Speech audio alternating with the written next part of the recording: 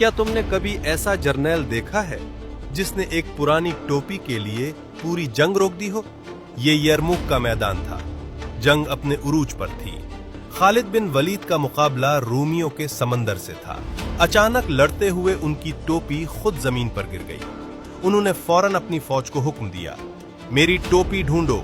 सिपाही हैरान थे कि हजारों जानें खतरे में हैं और सिपह सालार को टोपी की फिक्र है। बहुत मुश्किल के बाद वो टोपी मिल गई। जब जंग खत्म हुई तो लोगों ने पूछा, ए खालिद, इस पुरानी टोपी में ऐसी क्या खास बात थी? खालिद बिन वलीद की आंखों में आंसू आ गए। उन्होंने टोपी के अंदर से कुछ निकाल कर दिखाया और फरमाया, इसमें मेरे नबी के मुबारक बाल सुले हुए हैं। मेरी हर जीत मेरी तलवार की वजह से नहीं, बल्कि इन बालों की बरकत से होती है। दुनिया समझती थी कि खालिद अपनी ताकत से लड़ते हैं, मगर वो तो अपने नबी की मोहब्बत से लड़ते थे।